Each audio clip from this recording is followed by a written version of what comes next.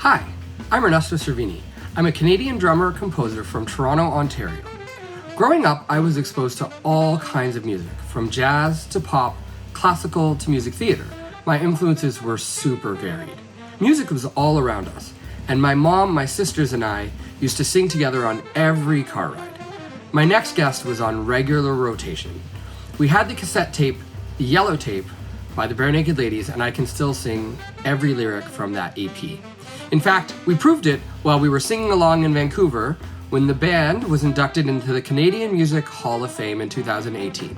Please welcome my guest, Jim Creeggan. Thank you, Ernesto. Thank you so much for doing this. It's such a pleasure. When did the yellow tape come out? Was that like in the early 90s, late 80s? We recorded that initially to get gigs in Toronto or just to sort of give the club owners and say, hey, this is us. So it was 5 songs and the same 5 songs on both sides because you could just get a duplicate in the reproduction process. And so that would have been probably recorded in my first year university, second half so like 1990. And then I knew it really had gone far when, number one, Sam the record man was asking us to stock the shelves, and Steve's dad, Vic, kind of mortgaged his house and started to, do like stock shelves, and there was this demand starting to happen. It was kind of an exciting time for independent music because all of a sudden there was enough demand for us, and then that sort of also tipped people off to other Toronto bands and other Canadian independent bands. So then there was a Canadian music section in Sam the Record Man, and then which becoming a spot in HMV, and it was like a tape section. So you could get the tapes of all these independent Canadian bands that literally record them. We recorded the yellow tape from 12 a.m. to 9 a.m. in the morning, because that's the cheap recording. Of course it is. Studio rates. So, but every band could record their own stuff and go down to this tape duplication place. I remember on King Street, and then they could just walk them into the record store, and that had never really happened before. So it's very interesting. Well, I wanted to talk about basically your growing up in Canada and how you discovered music and your love for music and, where you were inspired and basically everything that took you up to, like the first time I saw you play at Massey Hall, when everyone was throwing macaroni and cheese at you. And I'm like, what? How did I get here? Why do I have wet macaroni in my face? What is... I bet. And so I probably, at that moment, I retraced my steps and went, there must be some reason why I'm getting thrown macaroni and cheese at me. We can retrace those steps right now. Okay, let's do it. Relive the trauma. And so really, I had my family, my mom was a piano teacher. And so I grew up with her teaching piano to all the neighborhood kids. So I had live music in my head all the time. Most of my music was not necessarily recorded, which sometimes is an impediment for me because people their parents listened to radio that had lots of songs. Like Ed listened to country music because his family listened to the country music. Tyler knew all these pop hits, because his mom listened to AM radio. My parents listened to talk radio, but I always had like Bach playing, Chopin playing from the neighborhood kids. So not perfectly, but I have a feel for live music. And also going to church, I would be singing vowel sounds, keeping up with whatever melody and trying harmonies every Sunday. And then that's helped me later in life because I sort of have this ability to be a millisecond behind people and sing harmony to them. I don't know.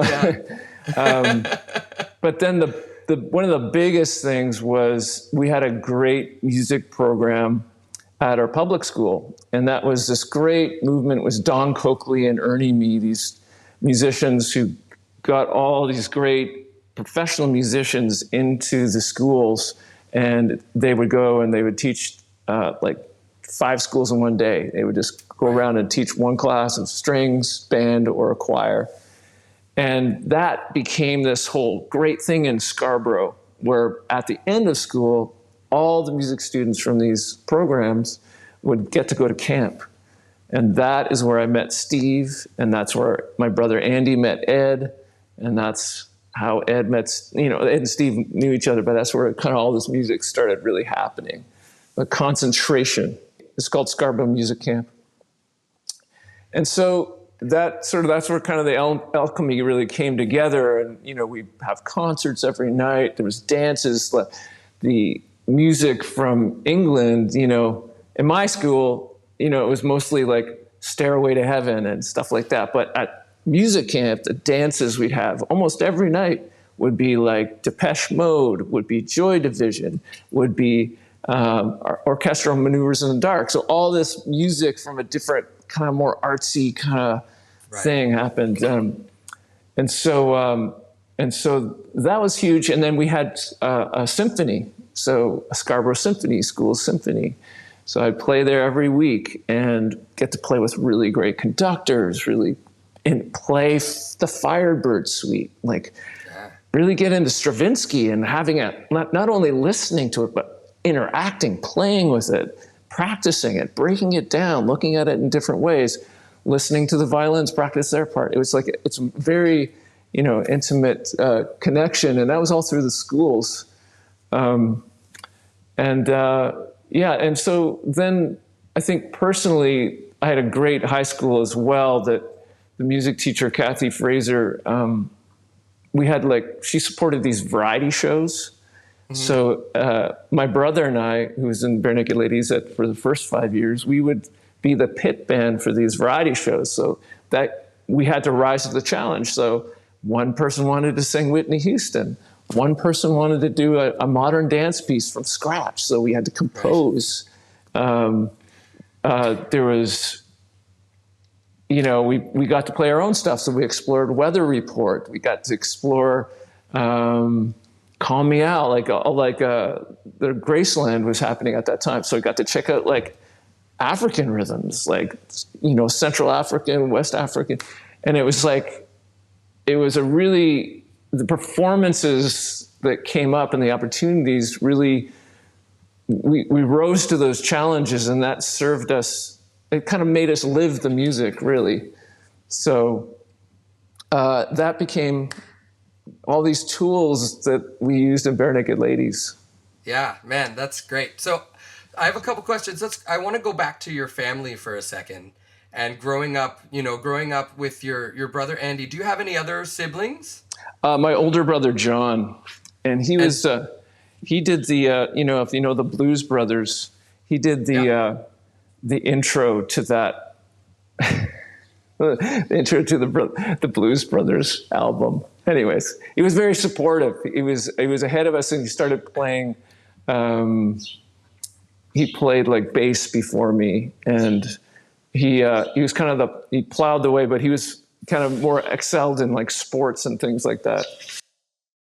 And my dad, he played by ear, where my mom studied piano at Acadia University. My dad was, and she studied music history as well.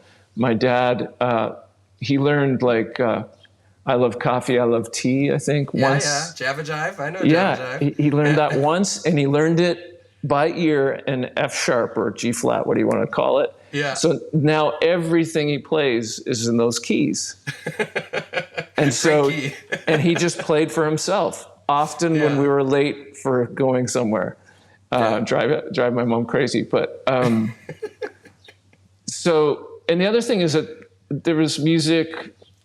My mom and dad brought music into the house because they had a community choir called the West Hills Singers in Scarborough. Yeah. And so, though it would drive me crazy, every Wednesday night they had a choir practice. and mostly socializing, you know, and they kept me up at night. But it was in-person singing. Like, it was people, it was live music. And I was just so fortunate to be surrounded by this live music in many different settings. It's really, I think, served me well. And I try and do that myself now. I'm trying to, little things I'm trying to recreate. Like, we call it a choir practice birthday party. So we just invite all your friends and sing, you know. That's amazing. We did that. So you met my sister, Amy Cervini. Yeah. Oh, that's your sister. Okay. Yeah, that's my sister. Okay. So Cervini. So yeah, Amy's my older sister, and so I grew up. You know, she's a musician as well, and so I kind of grew up following what she was doing, and it was a big part of the reason I'm a musician is because of my two older sisters who were also studying music. There you go. But Amy, I was with Amy on the way to a gig recently, and well, it wasn't recently, it was a number of years ago now. But we ended up getting all these barbershop tags that we printed out, and then just sight singing barbershop tags. It was so much fun. Yeah, my brother and I still play. We do the odd gig here and there, and he's really composing. He left the band to explore composition and orchestration, and now he's continuing to do that. So whenever we play now, that our music that we do together has morphed. So I do a little bit of scoring too, with strings and things. That's awesome. You started playing bass when you were at the end of elementary school or beginning of high school? In grade 5. Grade 5? At the itinerant music program in Scarborough. Yeah. Yeah, so that's great. So it was very early, and I actually started in grade 4.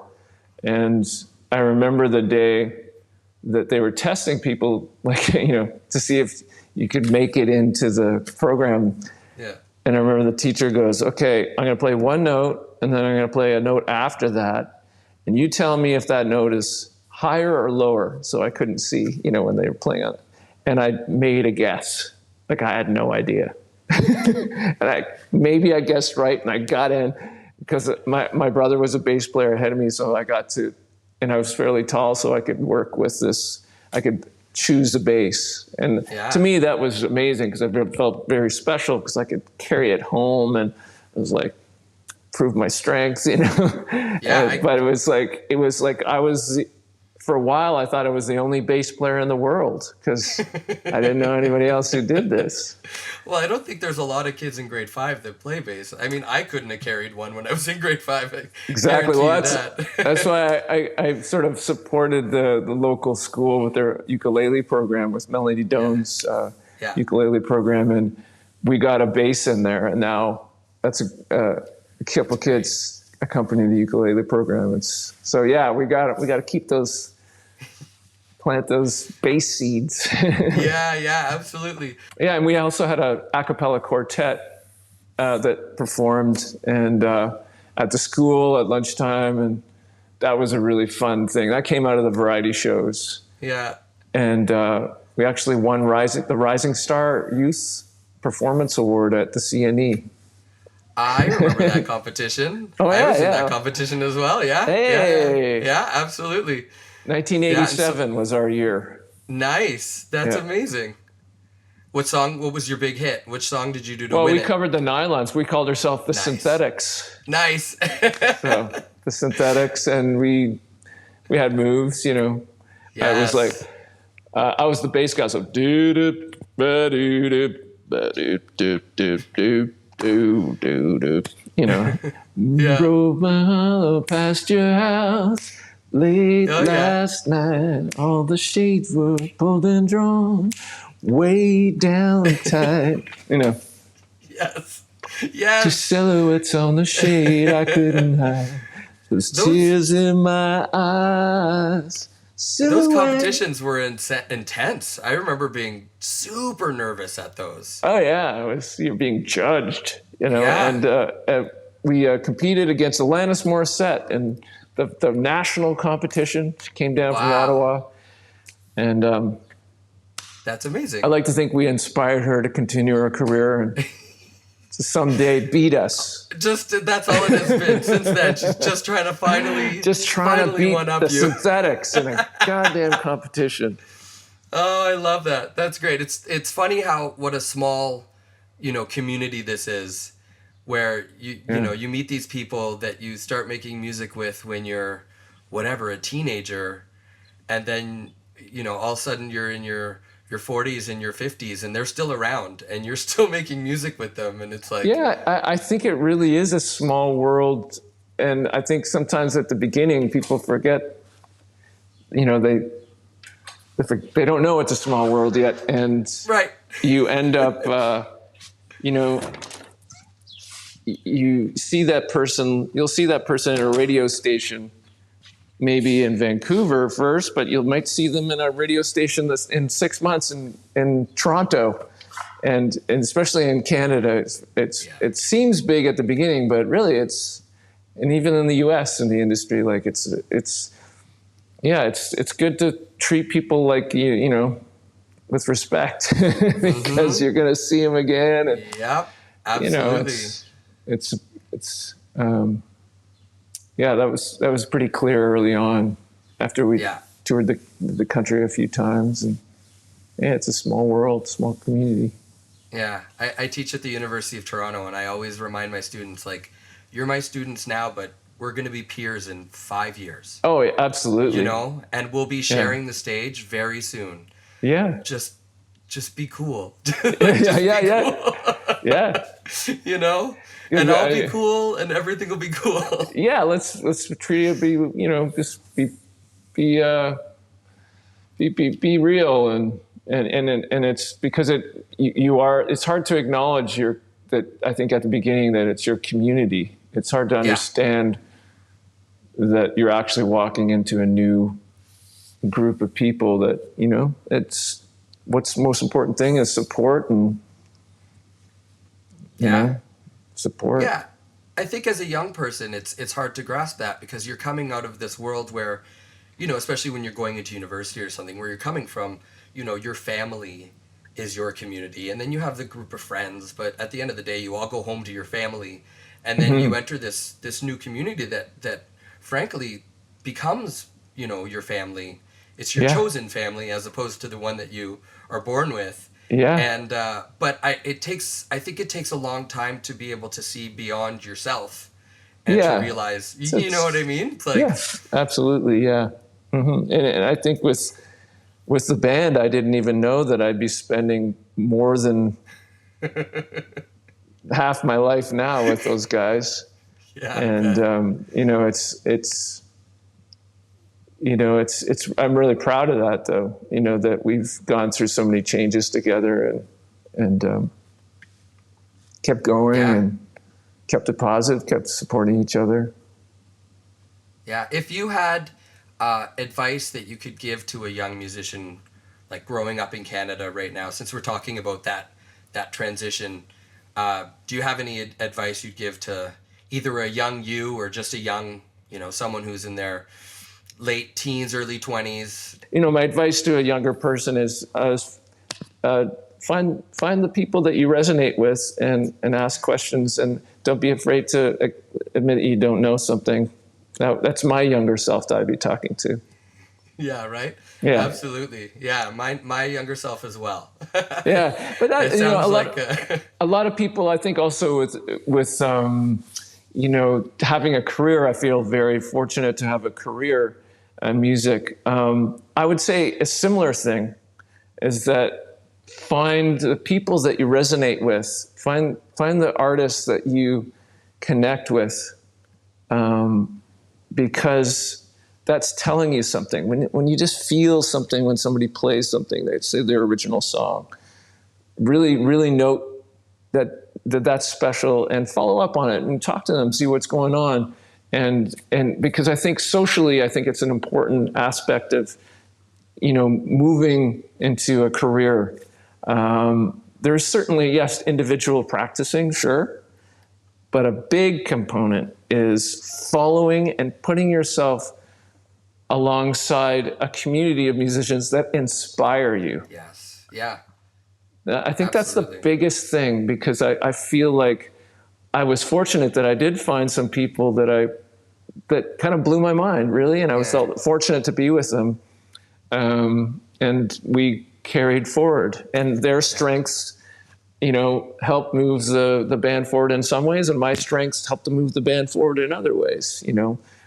Harmonically, musically, I had a little more experience than the other guys, but songwriting wise, those guys, they really were pulling me along. And so now I'm like, I feel like I'm really just starting to really feel like, yes, I can stand by that song I just wrote, I mean, I'm not proud of all the songs along the way, but I feel like, if you can, the collectives are often, I feel like there's this feeling like you got to make it yourself, or, it's all about you.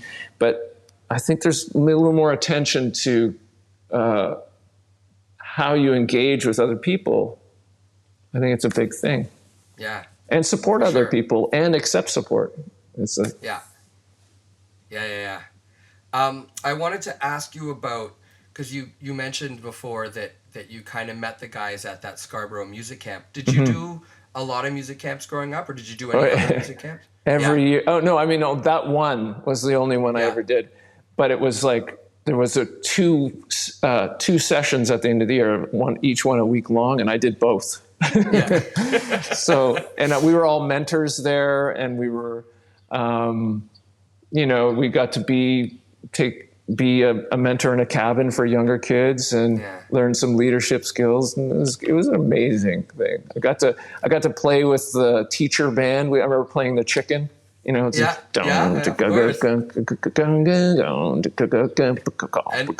on electric? Yeah, I played on electric bass. Because they knew I played it. So they knew I played it. And I was like, I got to play with these like heavy players. Like they were really awesome players. Let's see, pull up some of the names. Chris. I'm mixing it up with another friend of mine, Chris. Anyways, Chris and trombonist was amazing. I don't know. I just remember all these guys were just amazing. Of course. Yeah. That's great. And so then you ended up going to U of T. So were you at U of T for classical, or? Yes, I was at U of T and for classic, double bass performance. So basically a program is designed to really give you the skills to have a professional career as a symphonic bass player primarily. Yeah, absolutely. And so that's where I was going, and I studied under Thomas Monahan. And that was really great 2 years where I got to, and I still keep in touch with the friends that I made and collaborate with from that time, like Mark Fuhr, violinist. I know Mark. He played on some Barenaked Lady records, and just the most recent one. He played with me and my brother. Rob Carley, another guy that I really connected with there and continue to collaborate with. And he's one of the most prolific composers right now and arrangers in Canada. And, I just know him as, should have heard some of the silly songs we made in university. And I would say if I had to talk to someone who's in that situation, again, as in my younger self in university, the most important thing that I feel I did was I collaborated with a student composer. She came to me looking for a double bass player to play with a duet with a cello, and she had a piece. And so we did it, we interpreted it. It was a contemporary piece. And that whole process is what I continue to do in just all different kinds of styles of music. And I feel like that was just one thing. It wasn't in the curriculum. It was just sort of a side thing.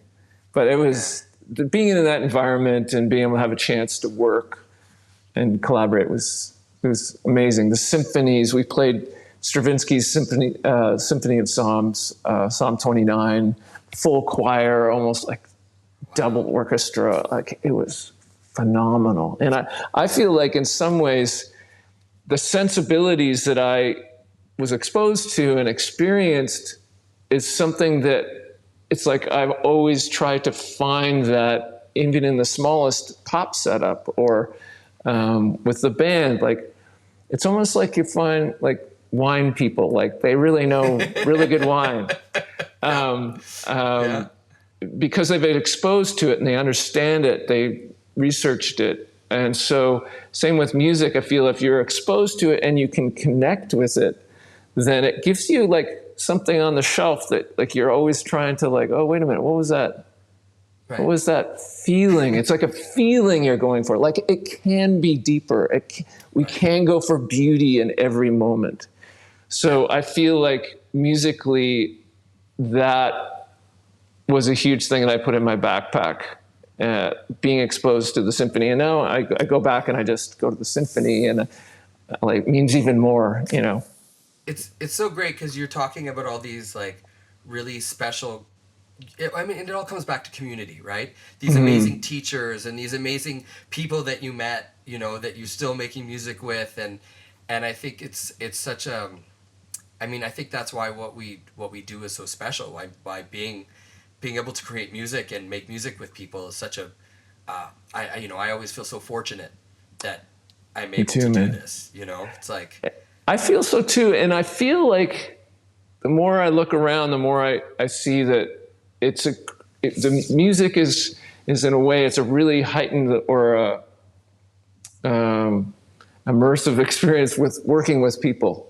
Yeah. Unless you're a soloist and you play by yourself. But I feel like that situation can inform other situations where you're working with people. So I feel like I'm fortunate, you and I are fortunate to do it as a living, but to join a community choir and just get that feeling of singing with people.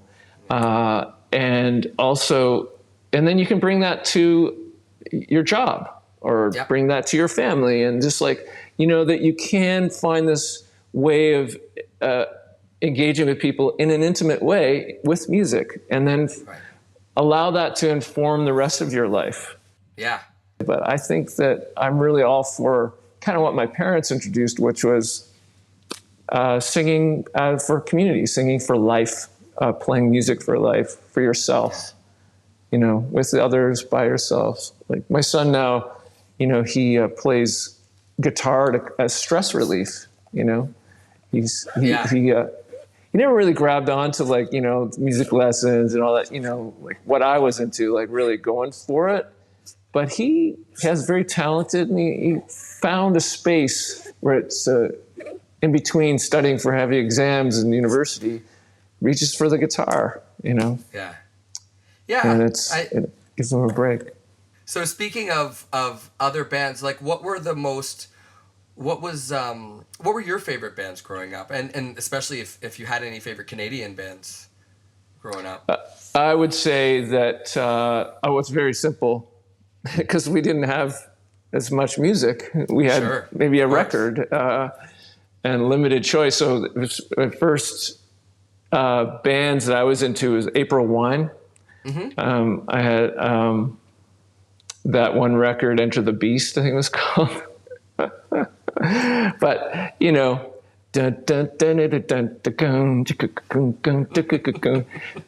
say hello.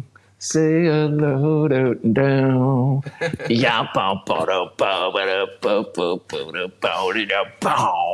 So compositionally awesome rock music. And of course, Rush was alongside of that. Was, you know, I was a huge Geddy Lee fan, and, you know, air-based. My brothers we were three brothers, and, you know, so Andy was Neil Peart, and John was Alex Lifeson, I was Geddy Lee. Yeah. And so I guess from Rush, I continued on to, I mentioned the Nylons, right? Yeah. So I was really into the Nylons and a cappella music. You know, I was into Huey Lewis.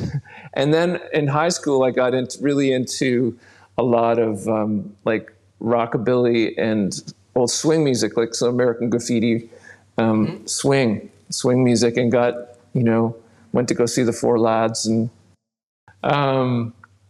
but yeah, like Paul Anka, you know, that's real swing music. And then And then from there, it was like Paul Simon and Ladysmith Black Mambazo. My band covered all that stuff. And so, no, it's the Downchild Blues Band. Yeah. Doing it right on the wrong side of town. Anyways, swing music, you know? And so that's kind of like really the beginning. And then I started exploring jazz and was into like Phil Nimmons and Mo Kaufman. Went to see him at the Spaghetti House. Yes. I remember one night we went and let the spaghetti, it wasn't the spaghetti what was it? It was like a deli. George's Spaghetti House. George's Spaghetti House, yeah. And then they had a deli in Yorkville, and I remember we went, let's go watch jazz till 3 a.m. in the morning. Okay. Yeah. And I remember seeing these players just jamming, and I was like, I want to do that. And Jim Vivian was a huge hero of mine. I just loved his playing, very melodic and groovy. And then let's talk about the Shuffle Demons. Oh, yes. Oh my God. Oh, yes. So the Shuffle Demons, man. And just so funny, full circles, I played with Richard Underhill yesterday at the farmer's market. And we love shopping at farmer's markets, and we met, and he let me play with him. But that's awesome. Jim Vivian, Richard Underhill, Mike Murley, those guys, Perry White,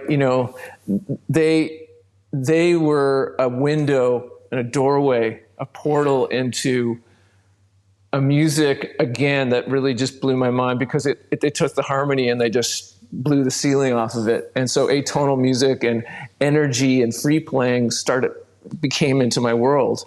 Right. And I later, explored that with Bob Wiseman when he opened for us on the Barenaked Lady tour. We'd sit in and play. We were doing all the theaters, so sometimes 3 days in a row in a theater in Halifax or Brunswick, St. John's, Moncton, and they'd have a piano, and we just asked if we could play, and we just played for hours, just free playing. Yeah. So, and that sort of was tipped off by the Shuffle Demons, and then I met Bob, who was really exploring Keith Jarrett and open playing, and so that to me was, talk about influence, and just really, like, again, it's getting back to that point of like hearing something that resonates with you, or maybe just makes you curious, and then following that and asking some questions, Yeah. I think that's the most important part, right? Is when your interest is piqued, go with it, follow it. Don't forget about that feeling. So even if you can't, follow something right away, just keeping that in mind and being like, okay, that's something I'm really interested in. I'm going to remember to pursue that whenever I can. And it means something. And sometimes it's just a very small feeling, and it can be fleeting, but if you can just remember, oh, wait a minute, there's something happened there. It's so awesome for me to hear you mentioning these guys who are also my heroes, and people like, I remember going to see the Shuffle Demons at First Night when they had that, remember those New Year's Eve festivals they had in Toronto? Oh, yeah. And so the Demons were like leading the parade doing Spadina Bus, and I was whatever, 9 years old. I was like, oh my God, I love them. They're so great.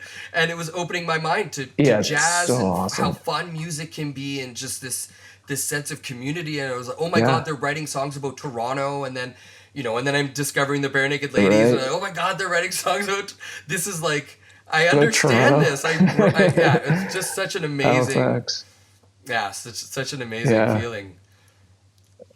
Another guy, we just had one, is George Kohler. Yeah. George Kohler, he played with the Shuffle Demons as well. And he said, hey man, let's get together, and we did the same thing. We got two bassists together, and we just played free for hours and hours. And we did it once, but wow, what a nice person to kind of like take a young guy and go, hey man, let's just play, and it happened once, but it was like pivotal.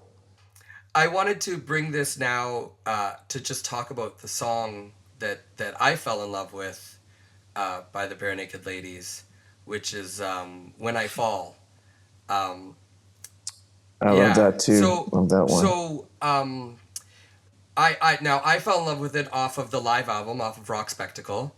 Um, I don't know why specifically that version over the album. I think it's just that's the one that ended up on my playlist that I've been listening to for the last 25 years. So, you know. Well, what's cool about it being on the live record is you're really getting, you know, the bare bones of the band playing. And really, the original is not that off. The studio version is not that different. It's pretty similar. But I think that song really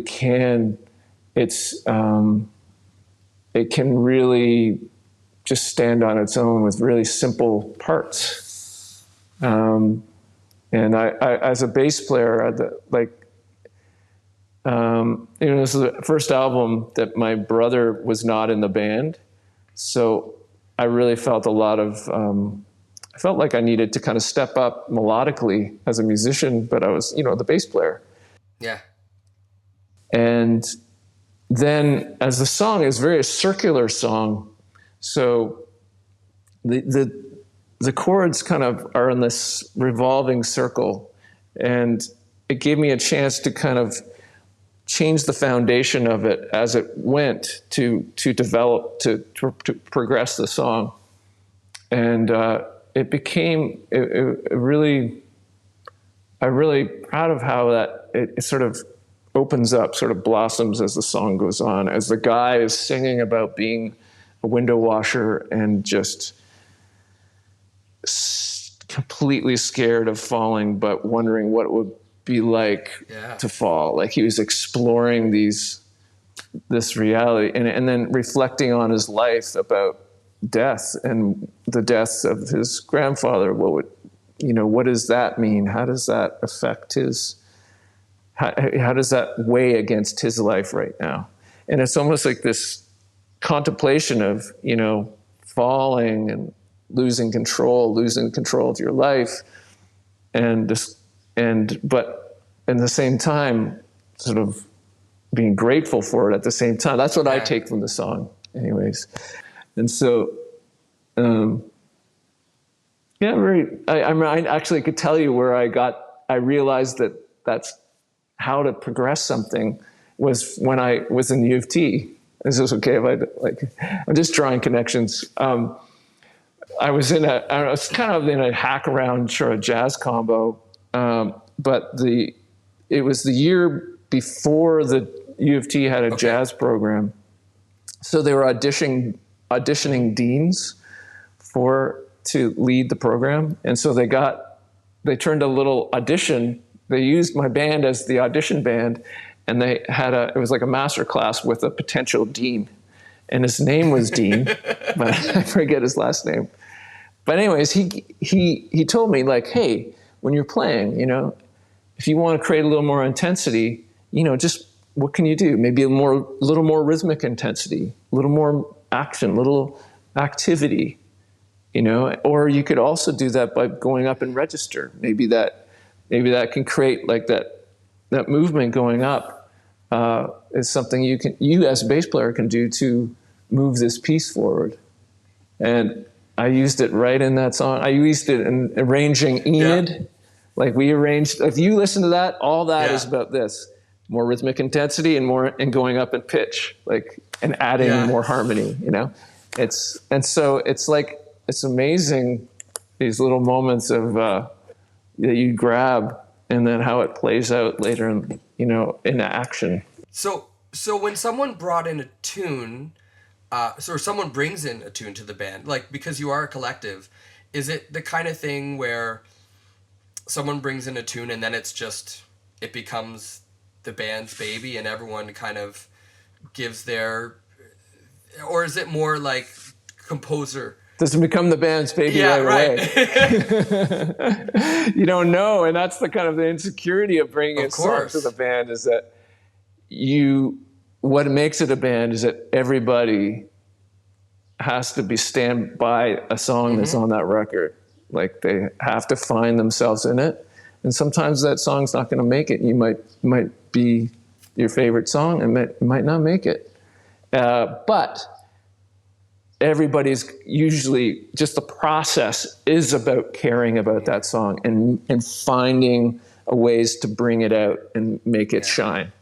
And so I think that's something that the band's always been really good at, is going in and digging in and finding a way, you know. There's a story that Tom Petty, I heard him on a podcast or something, or some interview, where he was talking about bringing a song to the band, and the Heartbreakers would get in their workshop and what do we do this? Maybe we cut that, you know, cut a couple bars off that, you know, change the key. And he just said, like, does anybody think this is a good song? You know, it's Tom Petty, right? Does anybody think this is good? Like, because they didn't go, oh man, I love this song. They're like, they're working in there right away. You know? Like, what can we do? How can we mold this? Yeah, how can we bring this out? Yeah. And so with When I Fall, I loved the song already. Like, it was it was something that Steve and Ed really, I could tell, like it was just, they put something more into this one. And I really wanted to honor that. Right. Yeah. I you sent me the song you guys did. I really loved what you did, because you found the cyclical chord progression and sort of allowed that to keep revolving, and it was very trancey. I love that you did that, because I love that aspect of it too. Like, I find especially as a bass player, rhythm section, one of my biggest jobs is to create a feeling or a state of trance in the music, so that the melody can kind of be this sort of stream of consciousness, this sort of stream of leading a body that is in motion. Yeah. Well, and I ended up putting the melody in the bass. Not, just because, I don't know, it kind of felt like one of those things where it was like, it's such a beautiful, it's such a beautiful melody, and the horns always get the melody, but no, why not just let the bass play the melody and just have the horns kind of like play pads in the background and let the bass really sing. You know, the bass is such a beautiful instrument. It's a basic instrument. It's the simplest almost. So when the melody goes in it, it's very humble. Right. It's a humble instrument to represent the melody, I find. And that's another thing, is that you're instrumental band. You know, that's a whole other challenge, because you get one big part of the song is now not being represented. So how do you continue that, find the emotional. I find that's a big challenge, is to find instrumentally nuances emotionally. Right. Yeah, absolutely. I mean, that is always the challenge, is trying to, because obviously with this song, I have a huge emotional connection to it, just from, having listened to it for my whole life, basically, and just ever since it came out. And so it's trying to get that love of this music and the respect for it across. I think, basically I'm always trying to just present things as, I don't know, I mean, as I think honoring the parts that I really find beautiful, and making sure that, like in this song, it's like that melody is beautiful, and the way it sits on the changes is really beautiful. And so I thought, okay, well, I'm gonna really try and highlight this melody by making, like, the piano's not even in. The piano, I think on the track, the piano doesn't come in until the bridge, but the song starts with a trombone solo just over bass.